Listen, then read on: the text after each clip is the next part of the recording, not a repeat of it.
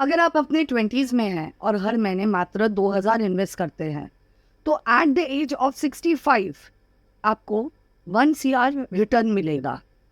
अगर यही आप अपने 30s में हैं तो यही अमाउंट हो जाती है 50 lakhs। और अगर आप अपने 40s में हैं तो at the age of 65 2000 per month invest करने के बाद आपको जो अमाउंट मिलती है वो होती है 25 lakhs। So guys, this is the beauty of compounding. So आज का वीडियो इसी संदर्भ में है। मुझे मेरे कमेंट सेक्शन में बहुत सारे लोगों ने ये पूछा था कि अगर हम हमारे 20s में हैं तो हमें किस प्रकार की इन्वेस्टमेंट करनी चाहिए, और आज का वीडियो इन्हीं लाइंस पे मैंने बनाया है। तो चलिए शुरू करते हैं। So hi guys, this is Pooja Veling Naik and welcome to my channel. तो आज हम एक बहुत इंपॉर्टेंट चीज डिस्कस करने वाले हैं कि 20s में आप अपनी इन्वेस्टमेंट किस प्रकार से कर सकते हैं। तो सबसे पहले जब आप 20s में होते हैं तो आपके ऊपर रिस्पॉन्सिबिलिटीज बहुत कम होती है, लोगों को आपसे अपेक्षाएं भी बहुत कम होती है। तो फर्ज कीजिए कि अगर कोई बंदा, मैंने कहा सिर्फ 10,000 ही कमाता है, वो 10,000 के 10,000 पर मंथ उठा के SIP में इन्वेस्ट करता है, and probably after 5 years 10 years वो करते रहता है, उसकी सैलरी बढ़ने लग जाती है। लेकिन ये 10,000 है वो अगर इंटैक्ट रखता है और इसी प्रकार से उसकी इन्वेस्टमेंट्स करता है तो उसके जो रिटर्न्स है वो बहुत ही ज़्यादा हाई मिलते हैं। वही अगर आप अपने 30s में हैं और आप 10 की जगह 20,000 भी इन्वेस्ट करते हैं या 30,000 भी इन्वेस्ट करते हैं तो भी आपके जो रिटर्न्स है वो उस बंदे से कम आएंगे जो कि 20s में 10,000 इन्वेस्ट करता था। इसका मतलब आप समझते हैं दोस्तों, इसका मतलब ये है कि time is money. The sooner you start with your investments the better results you will get. Usually एक थॉट प्रोसेस होता है कि हम 20s में हैं, टीन से जस्ट बाहर निकल रहे हैं, अरे इतने साल तो मम्मी पापा का सुना, अब हम खुद का कुछ करना चाहते हैं। तो लोग जो ये गोल्डन पीरियड है वो यूजुअली पार्टी करने में, फैंसी खाना खाने में, गैजेट्स में, अच्छे कपड़े में, इन सारी चीज़ों में वेस्ट करते हैं, क्योंकि उनको लगता है कि अरे यूथ एक ही बार आता है और ये टाइम अगर चला गया तो वापस नहीं आएगा। तो दोस्तों ये बात सही है, ये टाइम अगर चला गया तो ये टाइम वापस नहीं आएगा। सो दोस्तों, आप जो चीज़ें अपनी यूथ में करते हैं इससे आपकी रेस्ट ऑफ लाइफ जो है वो डिफाइन होती है। अगर आप 20 से लेके 30 के बीच में मेहनत करते हैं तो आपका 30, 40, 50, 60 आप आराम से निकाल सकते हैं। लेकिन अगर आप अपने 20 से लेके 30 के बीच में टाइम पास करते हैं, यूथ एंजॉय करते हैं सो कॉल्ड, तो आपकी पूरी जिंदगी जो है वो जद्दोजहद में जाएगी। गाइस, तो एक एग्जाम्पल के साथ डिस्कस करते हैं। हम मानते हैं कि आप एक IT प्रोफेशनल है और आप साल का आपका जो पैकेज है वो अराउंड 10 lakhs है, जो कि एक अच्छा पैकेज माना जाता है शुरुआती तौर पे IT इंडस्ट्री में। ओके, सो आपका एक पैकेज है जो कि 10 lakhs ईयर है। सो अगर हम ये कंसिडर करते हैं कि आपने फ्रॉम द एज ऑफ 20 से लेके टिल द एज ऑफ 30 जितना कमाया उतना का उतना सेव किया, save in the sense invest नहीं किया, वो सेव किया, तो प्रॉबली आपको एट द एज ऑफ 30 आपने 1 CR तक सेव किया, या प्रॉबली थोड़ा बहुत उससे कम या उससे ज़्यादा। लेकिन आप ये समझिए कि आप जिस तरीके की ज़िंदगी जी रहे हैं उसमें आपको अच्छी गाड़ी भी चाहिए होगी, ओके, अच्छा घर भी चाहिए होगा, आपकी शादी हो जाएगी। अगर आप इतना अच्छा लाइफ में कर रहे हैं तो ऑब्वियसली आपके बच्चे भी ये एक्सपेक्ट करेंगे कि अगर मेरे फादर या मदर IIT से पढ़े हैं तो मुझे जाके अब्रॉड पढ़ना है, तो उसमें और एक आध करोड़ खर्चा हो जाएगा आपका इन द कमिंग टाइम। तो गाइज, मुझे ऐसे लगता है कि अगर आप 30 तक पूरा सेव भी करते हैं तो भी आपको फाइनेंशियल इंडिपेंडेंस नहीं आती। और इतना सब करने के बाद भी आपकी जो आगे की ज़िंदगी है, आगे के 10 साल अगर हम इंक्रीमेंट कंसिडर करें, लेकिन गाइस आपके इंक्रीमेंट के साथ, इंक्रीमेंट ये क्यों होती है आपको ये कंसेप्ट समझना बहुत ज़रूरी है। गाइस, हर साल इन्फ्लेशन भी हो रहा है। मतलब जो शक्कर आज मैं 20 रुपये में खरीद रही हूँ वो आज से 2 साल के बाद 35 रुपये में होगी, उसके 2 साल के बाद 40 रुपये में होगी। तो जी हाँ, जैसे आपकी सैलरीज बढ़ रही हैं उस हिसाब से इन्फ्लेशन भी बढ़ रहा है। प्लस आपको जो पैसा दिया जा रहा है या आपको जो हाइक दी जा रही है, आपकी स्किल्स भी तो डेवलप हो रही है, उस हिसाब से वो हाइक दी जा रही है। तो गाइस, मुद्दा जो है ना वो वही का वही रहेगा कि आप जो कमा रहे हैं वो अगर आप पूरा का पूरा सेव करें तो भी आप 40 या 50 तक फाइनेंशियली इंडिपेंडेंट तो हो ही नहीं पाएंगे, क्योंकि खर्चे बढ़ते रहेंगे। तो गाइज आपको क्या करना है, आपको खर्चे कम नहीं करने हैं, आपको अपनी आमदनी बढ़ानी है। जो पैसा आप सेव कर रहे हो, जो पैसा आप एफडीज में रख रहे हो या अपने सेविंग अकाउंट में रख रहे हो, वो आपको सही तरीके से इन्वेस्ट करना है।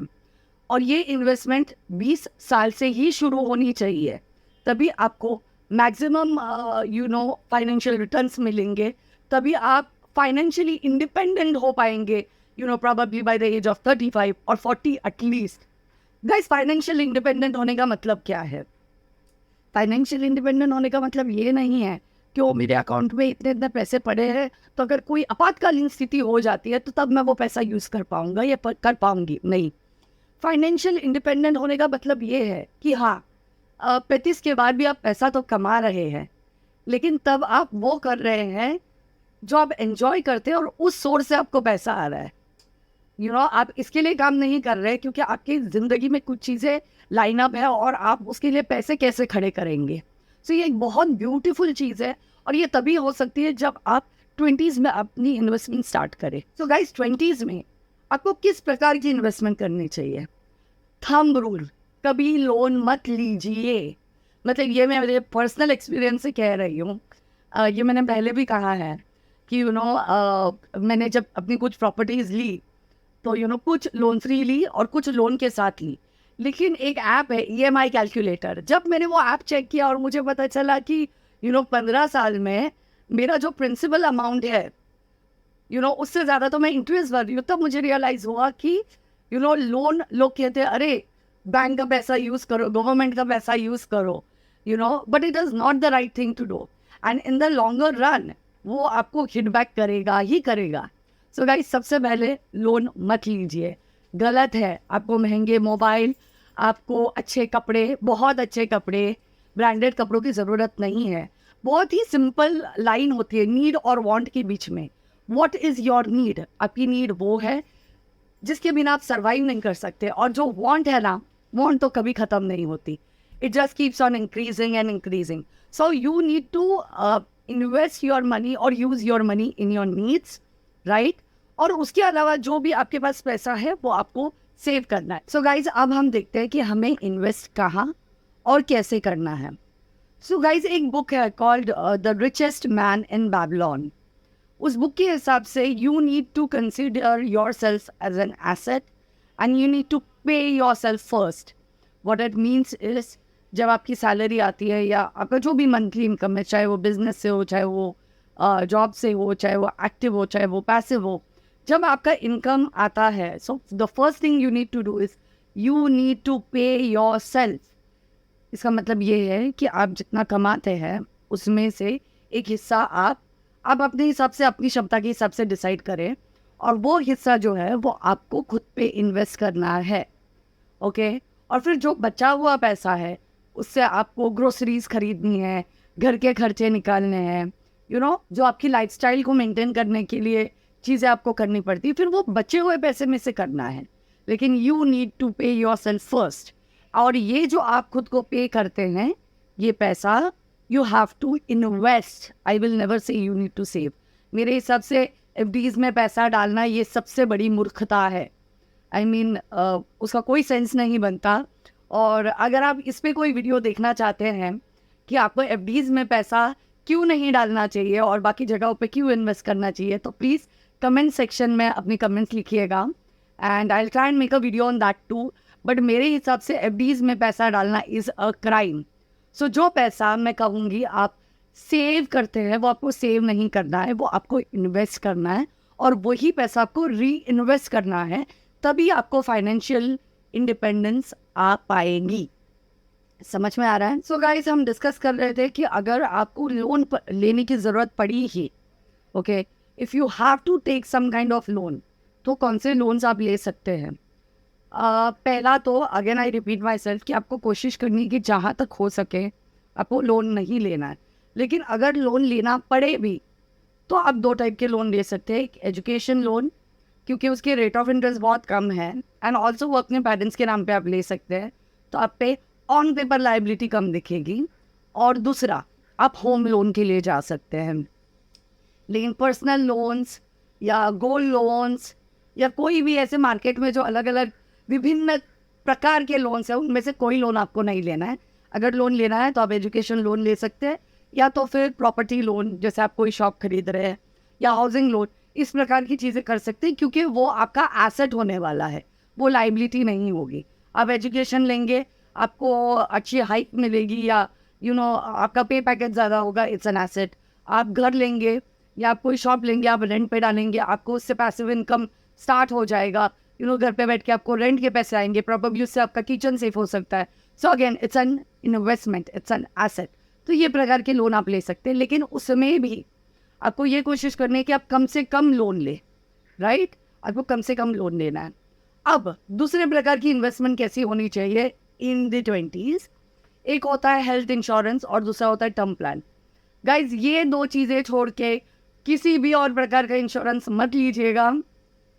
मुझे बहुत सारे लोगों ने क्या कहते हैं, बहुत सारे अलग अलग प्रकार के इंश्योरेंसेस चिपकाए थे, और जब मुझे रियलाइज़ हुआ कि वो गॉड, ये मेरे साथ क्या हो रहा है, तो एग्जांपल देना चाहूँगी। मेरे हस्बैंड जो है, उनका एक टर्म प्लान है। वो टर्म प्लान 1 CR का है, और 1 CR के टर्म प्लान के लिए उनको भरना था कुछ 25,000 अ ईयर। लेकिन जो मैंने प्लान लिया था, मुझे जो टर्म प्लान दिया गया था, यूजुअली ऐसे होता है कि जब आप प्रॉपर्टी पे लोन लेते हैं, या जब भी आप कोई घर खरीदते हैं लोन लेके, तो उसके साथ आपको एक इंश्योरेंस प्लान भी दिया जाता है कि इन केस आपको कुछ हो गया और आप लोन वो रीपे नहीं कर पाए, तो वो जो टर्म प्लान है या जो वो इंश्योरेंस है, उससे वो पैसे जो है वो आपके प्रॉपर्टी का जो भी पेंडिंग लोन है वो उस पैसे से रिकवर किया जाता है, ताकि आपका जो नॉमिनी है उसको वो प्रॉपर्टी वैसे की वैसे मिले, या जो आपका एसेट है वो इंटैक्ट रहे। तो जी, मेरे साथ ऐसा हुआ था कि मैंने एक प्रॉपर्टी खरीदी थी और उसके अगेंस्ट मुझे इंश्योरेंस दिया गया था। अब आप मेरी बेवकूफ़ी कहिए या सामने वाले की होशियारी, मुझे 30 लाख के टर्म प्लान के लिए मैं 75,000 पर ईयर भरती हूँ। ओके, मैं नेक्स्ट ईयर वो सरेंडर करने वाली हूँ। और जब मुझे रियलाइज़ हुआ तो ऑलरेडी उस चीज़ को 3 साल हो चुके थे। अब हिसाब ऐसा है कि मैंने मेरा लोन तो क्लोज कर दिया है, लेकिन मेरा जो टर्म प्लान है ना, वो अब तक चालू ही है। सो कभी कभी खुद पे ही हंसी आती है। लेकिन गाइज, ये वीडियो मैं इसीलिए बना रही हूँ कि लाइफ एक्सपीरियंसेस है, जो चीज़ें मैंने की वो आप ना करें। शायद मैं आपको कुछ बता पाऊँ, कुछ सिखा पाऊँ, एंड इससे हम दोनों ही ग्रो कर पाए। सो गाइज, आपको सिर्फ अगर इंश्योरेंसेस लेने हैं तो 2 प्रकार के इंश्योरेंसेस लेने हैं। एक है टर्म प्लान और दूसरा है मेडिक्लेम, जो कि बहुत इंपॉर्टेंट है। अब मेडिक्लेम मोटा मोटा आपको किस हिसाब से लेना चाहिए? अगर आपके परिवार में 4 लोग हैं, तो हर बंदे के पीछे आपको एक फैमिली का मेडिक्लेम मिलता है, वैसा आपको कुछ लेना चाहिए। सो अगर आपको ये इंश्योरेंस लेना है मेडिक्लेम, तो बहुत सारी कंपनीज है, टाटा है, आप उनसे ले सकते हो। बहुत सारी कंपनीज है जो ये हेल्थ इंश्योरेंस देते हैं।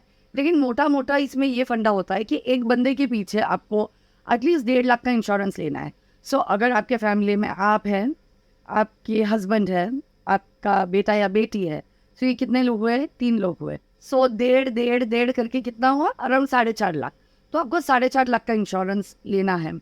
सो अब तो गाइस एक बहुत अच्छी बात हुई है। कल ही मैं किसी से, मेरी एक फ्रेंड से डिस्कस कर रही थी इंश्योरेंस के बारे में।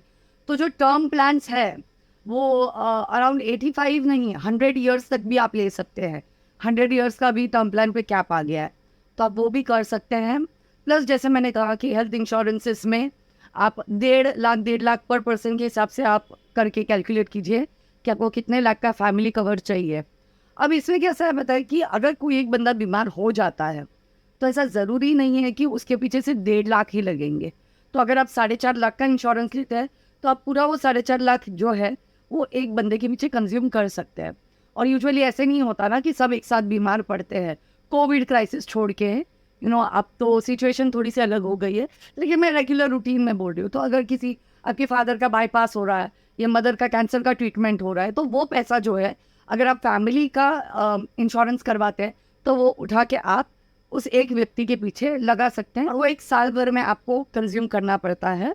सो ऐसे आपके पास बहुत सारे प्लान्स हैं। मैं इंश्योरेंस में महारथी नहीं हूँ, बट मैं कोशिश करूँगी कि मैं उस पर भी नॉलेज गेन करके I will get back to you guys and I will try and make a video on that to.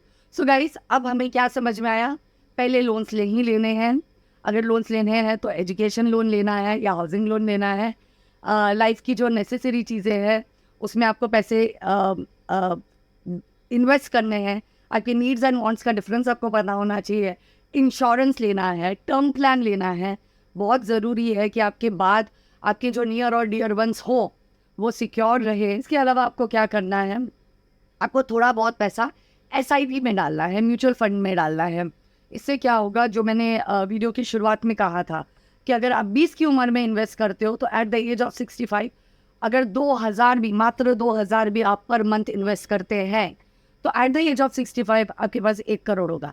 यही अगर आप 30 में स्टार्ट करते हो तो वो 1 करोड़ जो है वो 50 लाख हो जाएगा। और यही अगर आप 40 की उम्र में स्टार्ट करते हैं तो यही 1 करोड़ जो आपको प्रॉबली 2000 पर मंथ इन्वेस्ट करने के बावजूद एट द एज ऑफ 65 अगर आप 20 में स्टार्ट करते तो 1 करोड़ मिलता, वही आपको हार्डली 25 लाख मिलेगा। So guys, again this is the beauty of compounding. तो गाइज, ये हमें करना है। दोस्तों, कैसा होता है ना, जब आप अपने 20s में होते हैं तो आप अगर गरीबों की तरह रहते हैं या आप बहुत ज़्यादा महंगी चीज़ें नहीं खरीदते तो लोगों को आपसे अपेक्षा भी नहीं होती। They are fine with it. हमने अभी अभी पैसा कमाना चालू किया है। इसके अलावा आपको टैक्स बेनिफिट आता है क्योंकि आपकी आमदनी कम होती है तो आपको बहुत ज़्यादा टैक्स में पैसा नहीं देना पड़ता। तो what I am trying to say is ये समय बेस्ट है जब आप इन्वेस्ट कर सकते हैं, खुद में इन्वेस्ट कर सकते हैं। यू कैन पे योरसेल्फ और आप फाइनेंशियली इंडिपेंडेंट बन सकते हैं, जिससे आपकी आगे की जो ज़िंदगी है वो सुकून और स्ट्रेस फ्री गुजर पाए। तो आप जब अपने 20s में होते हैं तो लोगों की अपेक्षा भी आपसे बहुत ज़्यादा नहीं होती दोस्तों। सो इस केस में आप क्या कर सकते हैं, जो आप कमाते हैं वो हमारे मराठी में कहते हैं वायफळ खर्च। ते वायफळ खर्च केल्याशिवाय यू कैन री invest in your self, you can pay your self. आप अपनी लाइफ, अपनी हेल्थ, अपना जो बुढ़ापा है 20 में मैं बोल रही हूँ, लेकिन मुझे ऐसा लगता है कि you guys are too young. मतलब I am 35 and I still feel that I am very young. मतलब मुझे ऐसा लगता है कि मैं कुछ भी कर सकती हूँ, मैं कुछ भी जीत सकती हूँ। तो मुझे ऐसा लगता है कि 20वें साल में तो you have to be so you cannot be over consumed by yourself.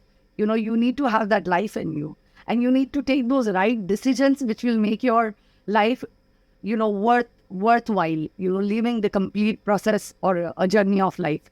So मुझे दोस्तों ऐसे लगता है कि स्मार्ट बनिए, सोचिए आपके लिए क्या सही है। बहुत सारे लोग होंगे जो आपको बहुत सारा ज्ञान देंगे। मेरी ज़िंदगी में भी है, ओके, सबके ज़िंदगी में होता है कि महंगे फ़ोन लीजिए, आईफोन लीजिए, टैब्स लीजिए, लेकिन आपको क्या करना है, आपको वो करना है जो आपके लिए सही हो। तो गाइस, इसी के साथ इस वीडियो को ये वीडियो जो है वो समाप्त होने को आया है। एंड गाइस, खुश रहिए, keep smiling, stay happy and guys do not forget work hard because hard work has no substitute. और अगर आपको मेरा वीडियो अच्छा लगा तो प्लीज़ सब्सक्राइब कीजिए, लाइक कीजिए और नीचे कमेंट कीजिए, तो मुझे आइडिया आएगा कि आपको किस प्रकार की वीडियोस पसंद है and I can try and make those kind of videos. And हाँ, घंटी बजाना मत भूलिएगा। Thank you so much.